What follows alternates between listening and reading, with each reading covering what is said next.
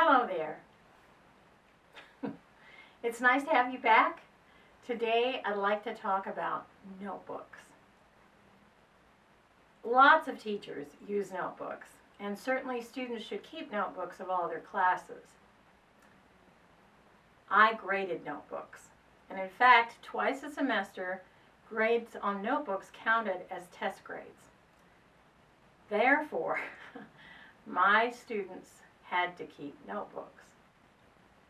There are plenty of teachers who think, I don't want to grade notebooks, it's so awful, it's so tedious, it's so boring. I can understand that, and notebooks are bulky. But I've come up with a way to grade them and to encourage students to use them that I think will be useful to any teacher.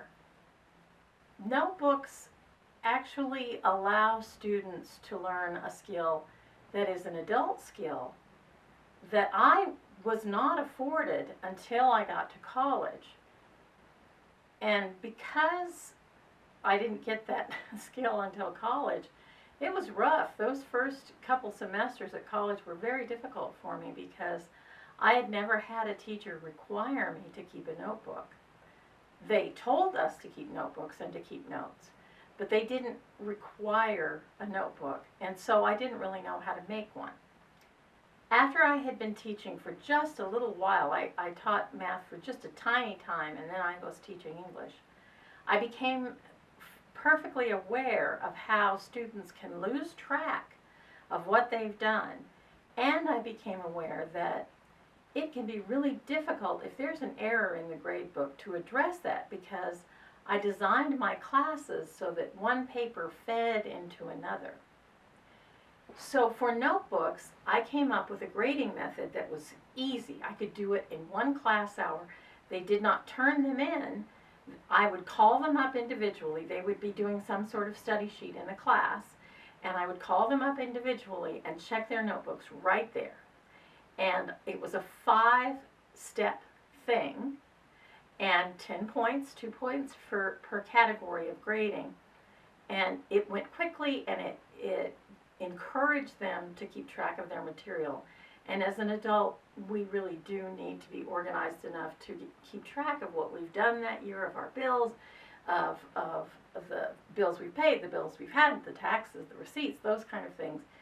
Those are very important skills, the ability to organize and to lay your hands to the things that you've organized.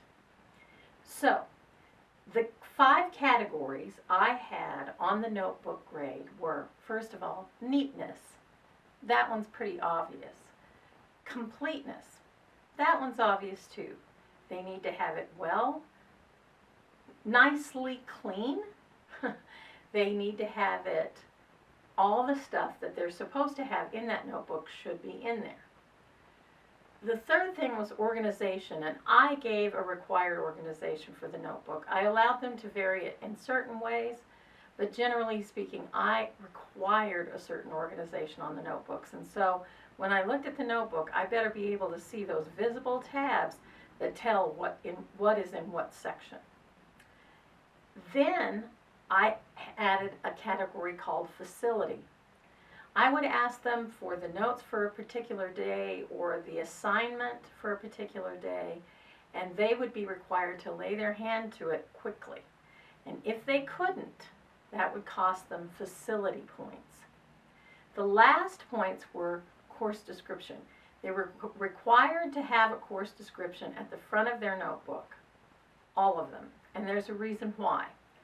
On my course description, I had the calendar and I had the list of every assignment I required for the class.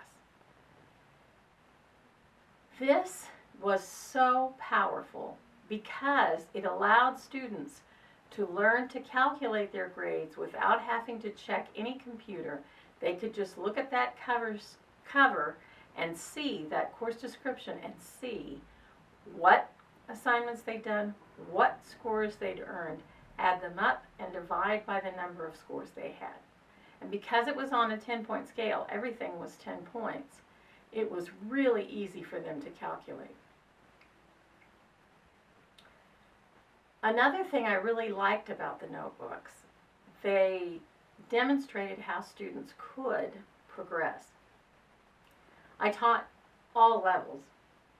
For years at Goddard, I taught freshmen and seniors, which is a great combination for teachers to do because it shows you how much they change over the time of high school. And they do change significantly. It's not just physical. When they would turn in their notebooks, when notebook day came, the ones who were organized were ready. They came in with their notebook ready to go. The ones who weren't organized were busy going, oh, where's my papers, where's my papers? And, trying to get it organized before I checked them. So I let them volunteer for who came up when. And students who didn't have good organizational skills at the beginning of the semester, at the beginning of the time with me, would eventually demonstrate the ability to keep a hold of their materials and keep them neat and orderly. That is a very encouraging thing to see, because I'm going to tell you a secret.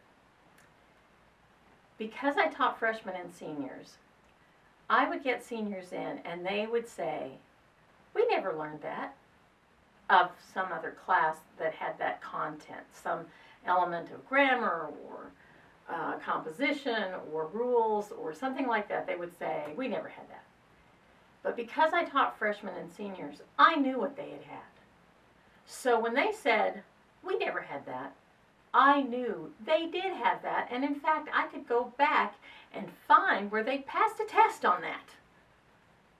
Students forget where they learned something. They often forget that they have learned something, and with just a tiny bit of review, they're suddenly there again. Oh, yeah, that's right, that's right. And it feels new and fresh to them, but in fact, it's a review. That reality is important for teachers to be aware of, because I have often heard teachers complain about, quote, those teachers down lower not doing their jobs, because when they get the students, they say, these kids don't know anything. They've never been taught anything. Well, of course they have. They've been taught something, and they probably learned it. But that doesn't mean it stayed fresh and vivid in their minds, because like all minds, things change. And there are situations in which people get all the way through school and don't learn something fundamental. I have stories about things like that. But the reality is, the notebook helps students keep in mind what they're learning. And to be honest with you, there are plenty of young people I taught who kept their notebooks so their little brother or sister could check it out and learn from it, and even maybe try to cheat on tests, but that's another story. The thing is, that notebook became a kind of coin. It was proof of something you'd done, something you produced, something you'd earned. And that's also an important part of many learners' experiences. What we know is really inside us, but all of us like to have something tactile to carry from the world. We like to make something that's ours exclusively. We like to look it over and think about it. And so I definitely encourage you to find a way to incorporate notebooks to your class. I promise, if you make the grading simple and direct and do it during class with the kid right there and make it short, you'll be very satisfied with the results. It will take some practice, because since it requires organization, if you're not very organized, it may take a couple of years to get it down pat. That's it for today. I hope you have a great day. I hope the weather's sweet and cool where you are. And I hope to see you tomorrow, you gorgeous people.